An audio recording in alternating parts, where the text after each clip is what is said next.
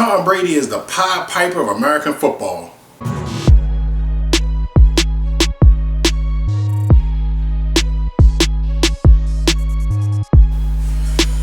What is up, everybody? My name is Advance, and this is Advanced Sports Talk. So this was a bit of an interesting Sunday, or weekend I should say, because we had games on Saturday. But Tom Brady is the Pied Piper of American football. Reason why I say that is because, the Pied Piper was the guy that played the flute, and he got a whole bunch of mice to follow him out of town, because he solved this town's mouse problem. That pretty much led the mayor to question whether or not he was the one that caused the problems in the first place. Let's get into this. So Buccaneers versus the Atlanta Falcons. Now, as I've stated on my other video that I posted on Facebook, that this was more than just a game. This was a man coming for revenge. So, to all you Tampa Bay fans, y'all know 11 years ago, a man named Raheem Morris was hired as our head coach. He had one bad season, followed by a good season in which we got froze out of the playoffs on a BS timebreaker with the Giants, and then we had a completely atrocious season the following season, where we went into our bye 4-2, top of our division, and then we just collapsed. I don't know what happened. So that year they fired Raheem Morris, and then he has steadily clawed his way back up through the football hierarchy. Started as a defensive backs coach in Washington, to a defensive backs coach in Atlanta. Then climbed his way back up to assistant head coach, defensive coordinator, and now he's the head coach. So and it was pretty much already predestined, because I had said years ago, oh man, Raheem Morris is just a breath away. He's a breath and a heartbeat away from running that team. So it happened. Unfortunately, the revenge didn't pan out too well, because the Falcons do what the Falcons always do. They get a commanding lead in the first half of the game, they dominate, and then they blow it. I'm happy that Raheem Morris landed on his feet though. Still, with that being said, the Buccaneers, they play around too much in the first quarter. I don't know what's going on. I don't know why they can't seem to get their rhythm up. But it was 17-0 going into the half. And I was sitting here like, oh man, this is bad. This is bad for us. The game, they gonna run away with the game. Then I sat back and thought about it. I was like, 17 ain't shit. So it's and lo and behold, we got a touchdown. Then they got another touchdown. Then we got two more touchdowns. And then we got a field goal. Then they got a field goal. And then Antonio Brown with the game-winning sealer. He sealed it away with the game-winning touchdown. Oh man, that pose was epic. Oh man, and it was crazy because even though there was no fans in the stadium, they pumped the crowd noise in for the Buccaneers. Oh man, the crowd was cheering. Oh man, that guy got fired. Buccaneers pulled out the victory 31-27. 21 unanswered points. Alright, so now we're gonna go backwards. Rewind time. LA Chargers versus the Las Vegas Raiders. And man, Justin Herbert. My man Justin Herbert. A man, 50 grand. Throwing for 314 yards, 2 touchdowns. And making his first appearance since he left Tennessee. Marcus Mariota throwing for 226 and 1 touchdown. Austin Eckler got hurt this game, but he managed to get 60 yards. and he got a couple of got a few receptions as well. Yeah, Josh Jacobs 76 yards rushing. Jalen Guyton, the newcomer, 91 yards receiving. Darren Waller 150 yards receiving. Yeah, an entertaining game to say the least. Chargers pulled out the victory 30-27. Buffalo Bills versus the Denver Broncos. And man, like Josh Allen and Stephon Diggs and Cole Beasley, they just went and like polished their shoes up, and they even wiped the bottom of it because they just dug their heels into the Denver Broncos, man. Oh man, like it was bad. Josh Allen throwing for over 359 yards, 2 touchdowns. Drew Lock couldn't get nothing going at all, throwing for barely over 100. Well, not barely, 132. Devin Singletary and Melvin Gordon, they had similar stats. Singletary 68 yards rushing, Gordon 61 yards rushing. Stephon Diggs, 11 out of 13 targets for 147. Yeah, and this like Noah Fant was their leading receiver on there. Like he caught 8 out of 11 targets for 68 yards. But yeah, like Bills beat the Broncos 48-19. Following that on Saturday night, the Carolina Panthers versus the Green Bay Packers. Teddy Bridgewater throwing for 258 yards, no touchdown. Aaron Rodgers throwing for 143 and 1 touchdown. You know, that's thus disproving the stats from the previous game. They let you know that you know, you don't have to have a lot of passing yards, you know, in order to put up a good performance. Because when you got running backs like Aaron Jones running for over 140 yards, or 145 yards to be exact, and 1 touchdown. Panthers tried to hang in there though. DJ Moore had 131 yards off of 6 receptions. That's impressive. Very Deshaun Jackson like. Yeah, so 131 yards receiving. Yeah, this was not a good passing game at all. Allen Lazard, Devontae Adams. This is probably the lowest that Devontae Adams has been all year. 42 yards receiving. Packers pulled out the victory 24-16. All right, now we're getting into the Sunday games. And let's talk about the Baltimore Ravens. It was to be expected because it's Jacksonville. So Jacksonville Jaguars versus the Baltimore Ravens. If anything, this game has shown that Lamar Jackson is back in peak condition.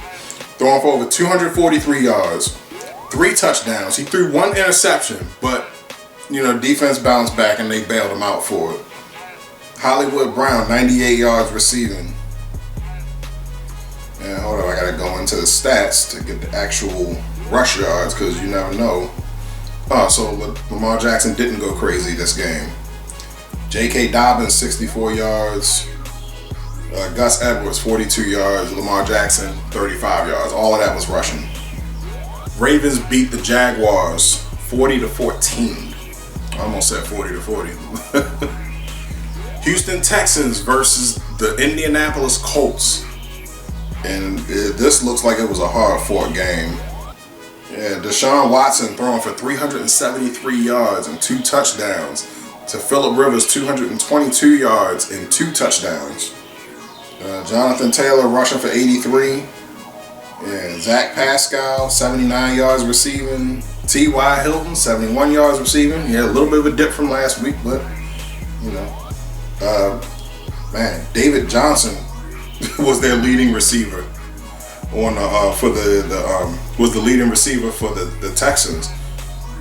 Yeah, that'd been nice, but you had a leading receiver in DeAndre Hopkins.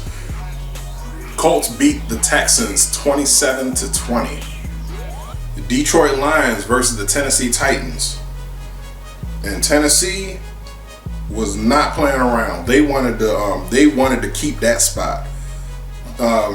Stafford and crew put up a good fight, He threw for 252 yards and 1 touchdown, but Tannehill threw the Tannehill threw for 273 and 3 touchdowns. Derrick Henry rushing for 147 yards. Marvin Jones, 112 yards receiving, 10 out of 12 targets.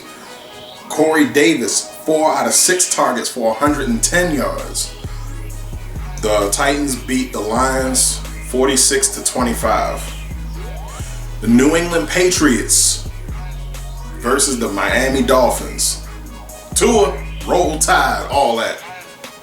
Oh man, Salvin Ahmed rushed for over 120 yards and 1 touchdown.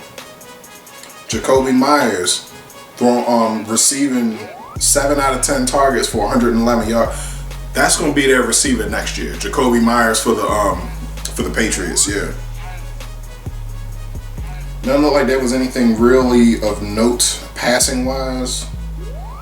Most of this was just on the ground. Miami pulled out the victory 22-12. And with that loss, the Patriots are eliminated from playoff contention.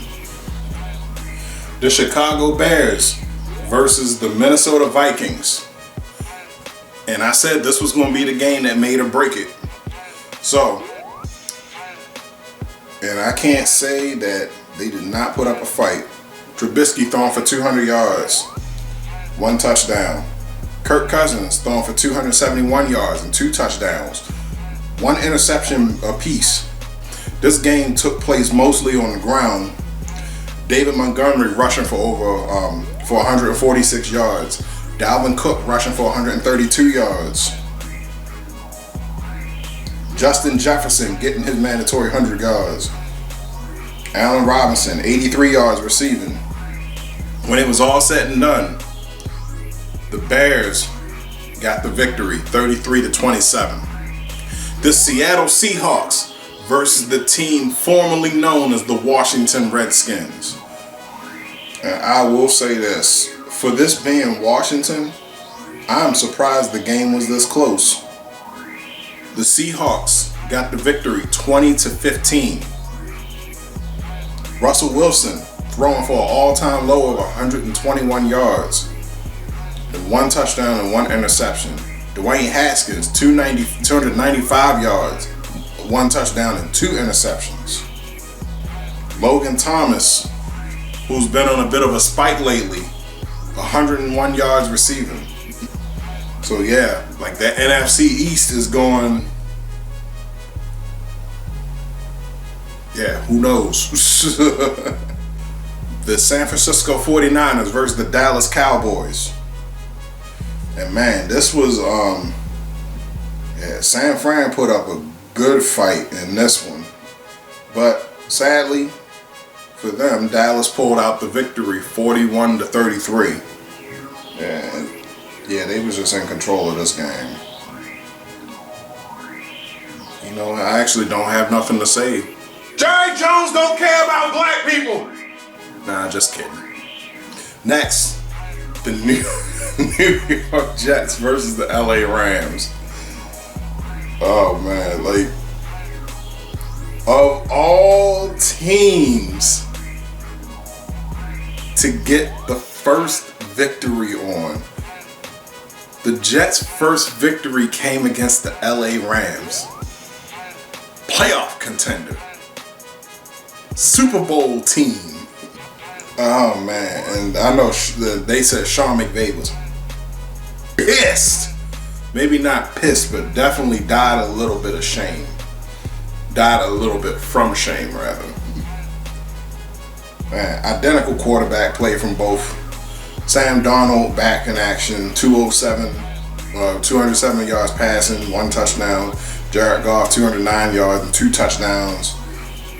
And man, Jared Goff threw an interception. So I don't know. Are the Rams starting to slope off? Are they going to slope off and slide out of the playoffs? We'll see. The Philadelphia Eagles versus the Arizona Cardinals. And this was, even though this game was televised, I know people was going to try to find a way to watch this game. You know, so as this was the second the second game featuring the new starting quarterback Jalen Hurts, and man, this was a game. So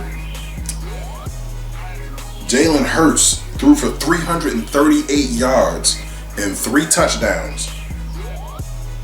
Kyler Murray threw for 406 yards and 3 touchdowns. But they was able to pick him off. DeAndre Hopkins, 169 yards receiving. Bruh. Yeah, like, man, yo. Jalen Hurts is going to be all right, though. He's going to be all right moving forward. Now, they got a big decision to make, the Eagles do at the end of the season. So, like, look, y'all got 2 games to pull it together. Oh, matter of fact, let me check the standings real quick. Look, NFC East is always going to be on everybody's radar. So look, they got 2 games. Technically, they could still get it in if Washington collapses, if Dallas collapses. I guess they would need all 3 teams to collapse. They would need all 3 teams to collapse, I guess. But yeah, they can. Realistically speaking, they probably won't get in. But yeah, I mean, they gotta secure a future. Now we're moving into dangerous territory because, you know, got issues with 2 quarterbacks. You know, last time they had this issue, you know, they was trying to decide between Donovan McNabb and Kevin Kolb, and then Donovan McNabb and Michael Vick, and, you know, like Michael Vick and whoever, you know, like they but yeah, so what it all boils down to is, whatever the decision is, to quote the great Andy Reid, you got 2 quarterbacks that can win games. That's the one takeaway for this season. Now, if everybody in the NFC East collapses and the Eagles slide right on in there, then hey, more power to you. Man, this was a game I was watching. The Kansas City Chiefs versus the New Orleans Saints. And man, it's looking pretty good for the Bucs. You know, Saints lost 2 in a row. So yeah, like they Patrick Mahomes throwing for 254 yards and 3 touchdowns. Drew Brees returning from getting thoroughly thrashed in his rib section of just having like 6 or 7 broken ribs.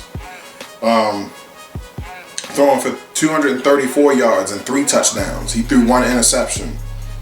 Yeah, it doesn't look like not one receiver really stood out like that. I mean, Kels got 68 yards receiving, but nobody. Tyreek Hill got 53 yards receiving. Nobody got like close to 100. You know, so nobody got 80 and above. But yeah, like that. When I list the stats off, it just sounds like, all right, yeah, well, you know, that was, you know, real impressive. No, like Mahomes was under pressure the whole game. Like that was ridiculous. So you know that the Saints was pissed about losing to the Eagles last week. But man, so look, so we got the Chiefs ended up pulling out the victory 32-29. And with that, I don't know, like we could the Bucs could slip in there. We 9-5, they 10-4. Like if they lose one more time and then lose again, because we would have to beat them, because we would have to get another win over them, because, you know, they got the tiebreaker on us for head-to-head. So I don't know. And Cleveland Browns versus the New York Jets. I'm sorry, no, I said that before. The New York Giants. Look, New York, change the names of your teams, man. Stop making them sound alike. So, Shake and Bake Mayfield, 297 yards passing, 2 touchdowns. My man, Colt McCoy, former Brown, 220 yards passing. Oh, man. And it's like the Giants, despite all their passing yards, they couldn't get nothing going. So, the Browns beat the Giants 20-6. And last and most certainly least, The Pittsburgh Steelers versus the Cincinnati Bengals. What can I say about this game? This was mainly on the ground, it looks like. Benny Snell, 84 yards rushing. Giovanni Bernard, 83 yards rushing. I mean, yeah, there was some passing. Deontay Johnson, 59 yards. AJ Green, I hadn't seen that name in a while. 40 yards receiving. Caught 2 out of 3 targets. But yeah, like, the Bengals beat the Steelers 27-17. What did I say in my last 3 videos? I said, I don't know, this is looking bad for the Steelers. I said the Steelers, even though they was 11-0, they was 11-0 3 weeks ago. But all of those victories were strongly contested. So they barely, you know, it was like these were games that they was barely making it out of, and they just happened to get the victory. So now they got knocked out of that top slot. Now the top slot is occupied by the Chiefs. So I think Steelers is going to be a one and done, even if they get a home game. Yeah, 27-17, like, of all teams that they could have lost to. And then on top of that, they lost 3 in a row. So that just goes and further proves, you know, what I've been saying. Like, they've been barely squeaking out of these games. Roethlisberger's on a decline. You know, he was on a decline a couple years ago. The 2 quarterbacks that they got behind him ain't worth nothing. So, and you know it's bad when Madden stats is low.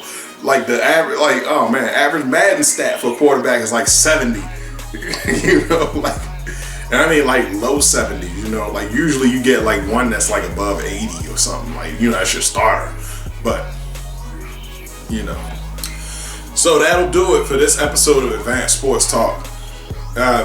Don't forget to check out my Facebook page at Advanced Sports Talk on Facebook, at Advanced Plays on Facebook for my gaming. You already know this is Advanced Perception. Advanced 110 on Instagram. Come holler at me. Check out my merch. Advanced 6 at Teespring or whatever it is. I'll put the link in there. Cop a t-shirt, grab a hoodie, let your boy know that you support him. Like, share, subscribe on everything. I'm out.